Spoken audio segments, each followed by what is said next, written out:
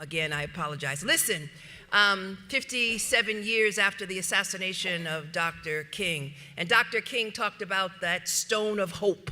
And it's that stone of hope that gives me a fire in my belly each and every morning. It's that stone of hope that allows me to wake up and to stand to Donald Trump and to say, Donald Trump, I'm not afraid of you. It's that stone of hope.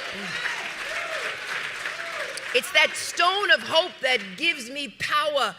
That's that stone of hope and the belief in each and every one of you to let you know that I'm not going to allow my ancestors, all of those who died for me, to be in this position. I am not going to disgrace them and disappoint them. I am going to use the law both as a sword and as a shield and challenge Donald Trump. And each and every time he issues an illegal executive order, I am going to stand up to him because he represents to me sincere ignorance and conscientious stupidity.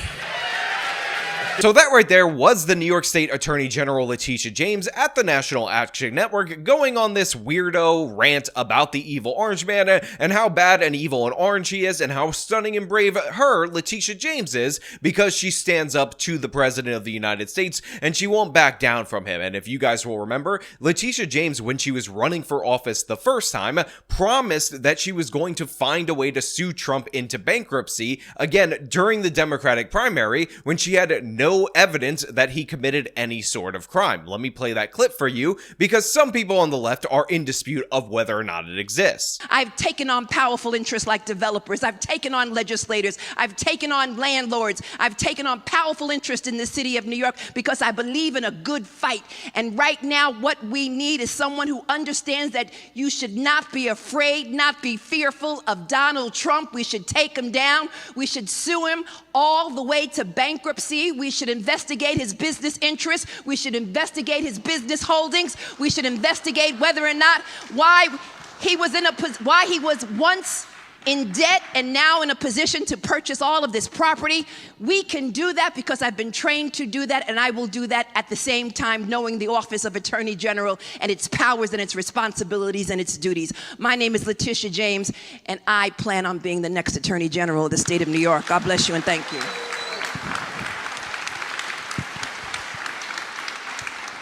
Now, of course, if Letitia James actually did try this while in office, this would obviously be an abuse of power. So thankfully, that was just campaign rhetoric. She didn't try to reinterpret a really old law and apply it in a way that it's never been applied in order to sue Trump over something related to real estate paperwork where neither party was alleging that there was any issue. Oh wait, she definitely did. And if you'll recall, she ended up getting a judgment of something like $455 million against the president and was all excited that she was going to be able, because he didn't have those assets liquid, to steal his properties and start selling them. If he does not have funds to pay off the judgment, then we will seek, judgment enforcement mechanisms in court, and we will ask the judge to seize his assets.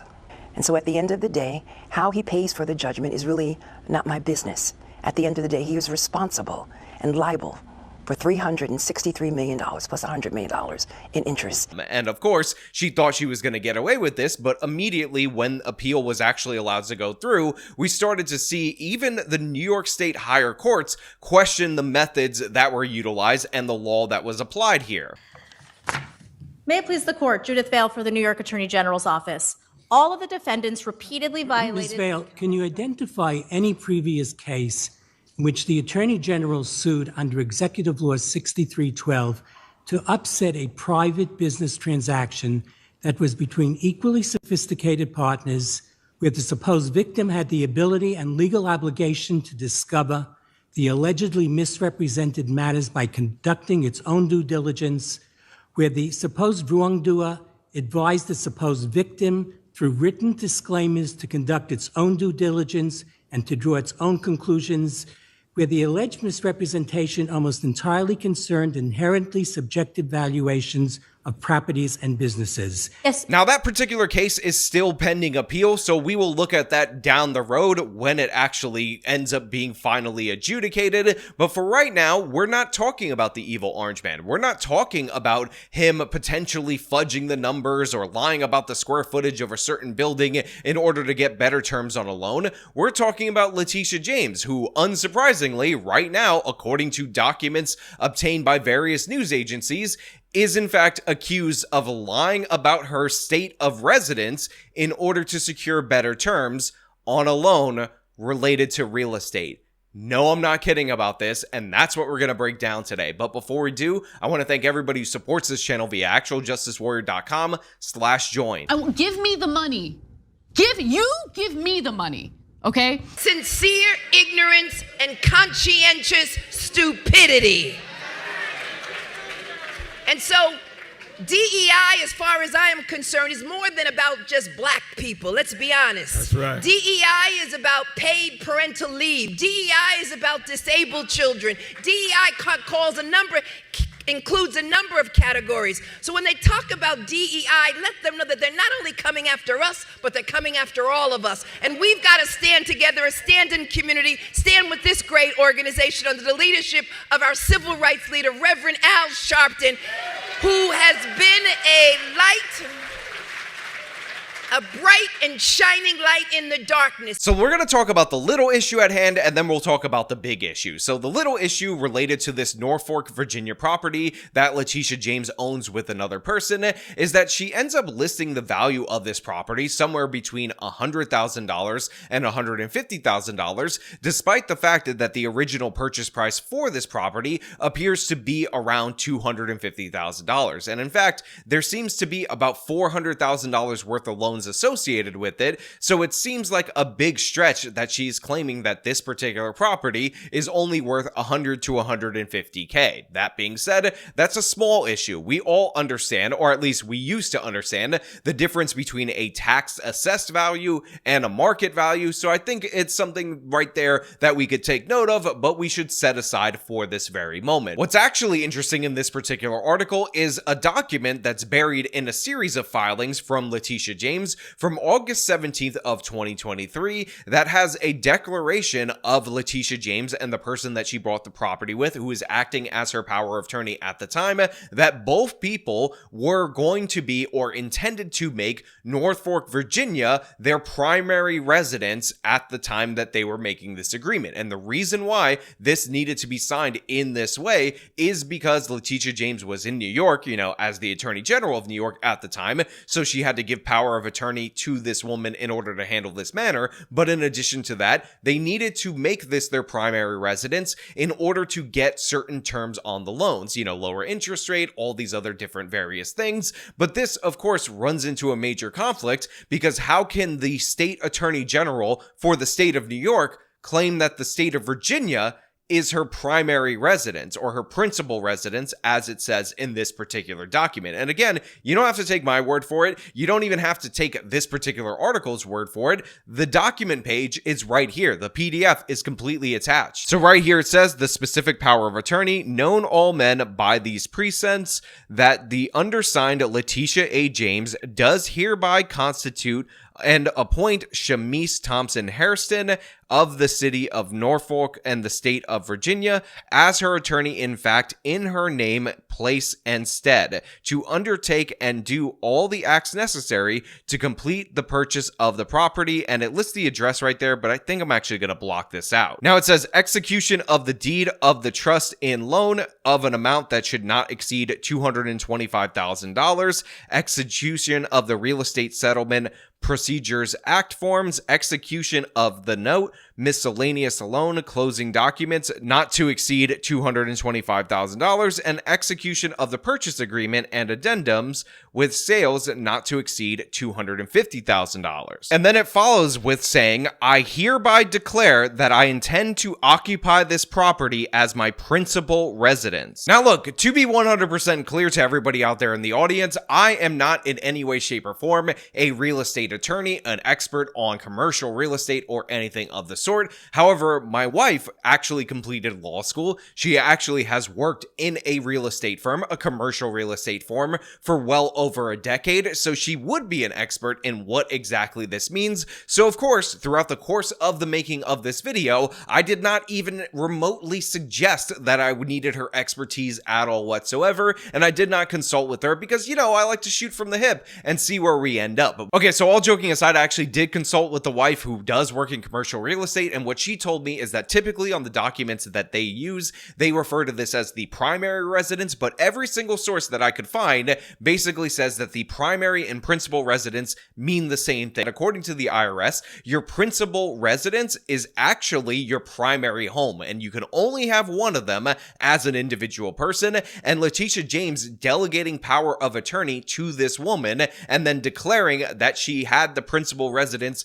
inside the state of Virginia is not only an objective lie, because obviously she's the state attorney general in the state of New York, but if it's not a lie, then she fails the residency requirement for the position of attorney general of the state of New York, and something's gotta give right there. Now, since this is a document from Letitia James giving this woman power of attorney, you might have noticed at the bottom of the document that it is page 1 of 2. Well, the very next page has Letitia James signing this power over to this particular woman, again in black and white, so you would assume that the New York State Attorney General would have read both pages, or at least read the first page, which is the one before the signing page, before actually initiating that signature. So Letitia James is declaring that this person has the power of attorney, that she has it in these limited circumstances, and in addition to that, that her primary residence, or in reality her principal residence, which is the legal term utilized by the IRS, is in Norfolk, Virginia, aka not the state of New York, which is in fact a lie. It is not true. She did not intend after the purchase of this home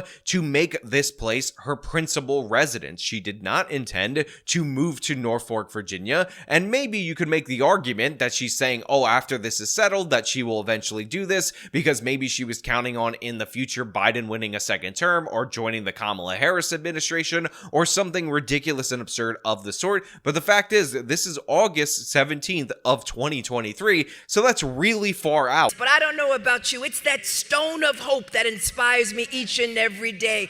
And listen, faith and fear can never share the same space. And so I'm covered by the blood. And I'm not afraid of Donald Trump. You can come after me, but no enemy, nothing formed against me will perish. Nothing formed against me. Nothing formed against me. Nothing formed against me. All right, all right. I got off their face. But back to the white collar fraud article. It says those words appear in black and white in a specific power of attorney signed by Letitia James and filed on August 17th, 2023, authorizing her relative, Shamise Thompson Harrison, to act on her behalf in a transaction that included the declaration. They were not written by a lawyer acting on James's behalf. They were her own words, intent, and signature. This signed power of attorney is a smoking gun on its own, completely separate from how the mortgage might be interpreted. It stands as a clear declaration of intent from a sitting New York Attorney General to establish principal residency in another state. While joint ownership arrangements sometimes involve owners with different primary residences, this case is different. The declaration in the power of attorney specifically states James's intention to make this property her principal residence, and the mortgage requires both borrowers to establish the residency. This raises questions about whether such a declaration was made primarily to secure preferential mortgage terms. Now look, I totally agree with this white collar article that on its own, that declaration that Norfolk, Virginia is going to be her primary state of residence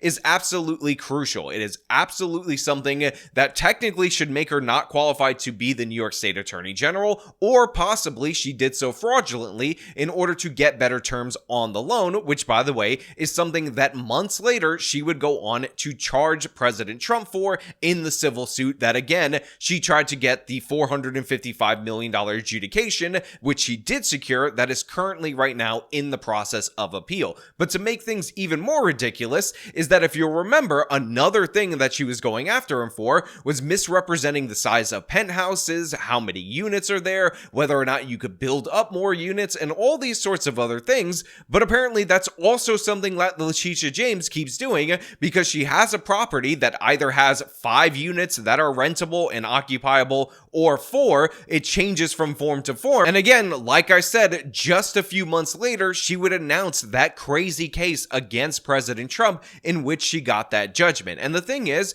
President Trump had this stuff prepared to him by his attorneys. Now, obviously, he had to sign this documentation, so there's levels of responsibility that he ends up having to deal with. But in addition to that, the other firms, the people that were lending him this money, they conducted their own investigation, and what they ultimately ended up doing was setting their own determination of what they thought his assets were worth and whatnot. Letitia James is doing this on a much smaller scale, but it's also a much more personal scale. Again, if you own a 5-unit building or 4-unit building, you should be able to know whether you own a 5-unit building or 4-unit building. If you are a lawyer, the attorney general for the state of New York, you should know whether or not you intend to make Virginia your primary state of residence when you give a relative the power of attorney to purchase said property. It seems like it's rather ridiculous that she wouldn't know this, but again, she is allowed to prosecute somebody for this on one end, and of course do this on her own because she's above the law. Now here's where it gets even more interesting, because technically what Letitia James would be accused of doing if somebody had the stones to prosecute her for this is fraud. She lied on this particular documentation in order to get better financial terms on a mortgage, even though she never intended to make that property her primary residence, or in the case of the language in this particular letter, the principal residence of her. But if she did intend to do that, and if she's going to argue in court that her principal residence is in fact Norfolk, Virginia, then she also, that very day that she made that declaration that she was going to be a resident of Virginia, was actually not the attorney general anymore. In fact, New York state law could not be more clear on this subject matter. It says, when an office holder removes his residence from the territorial limits required by the statute, the office is rendered vacant. So again, it appears to me, again, a layman in this particular department, that Letitia James either committed fraud in order to obtain this mortgage, or was not the actual attorney general in the state of New York, because the office has to be vacant when she gives up her residency at the time that she filed that particular case against President Trump. One of these two things, again, from my layman interpretation of these facts, has to be true based on the documentation, and I find that to be an absolutely fascinating development, but not a surprising development. Now, if you want to read more on this and read about other things that Letitia James is very questionable about in terms of disclosure to New York State in compliance with our record laws, then that will be linked in the description of this video. But unsurprisingly, she of course decided that she had to go to the National Action Network and have this big moment because Al Sharpton, like Letitia James, also has a very questionable history with these sorts of things. But as of right now, I want to leave it right here because I want to know what you guys think about this all in the comments below. And if you think that maybe I should dig a little deeper into the New York State Attorney General and this possible fraud that she quite literally just a few weeks later decided to prosecute the evil orange man for. Again, if you like this video, show me by leaving a like, subscribe for more content, follow me on my social medias, support me via the support links in the description of this video. This has been me talking about New York State Attorney General Letitia James getting caught up in a trap. Till next time.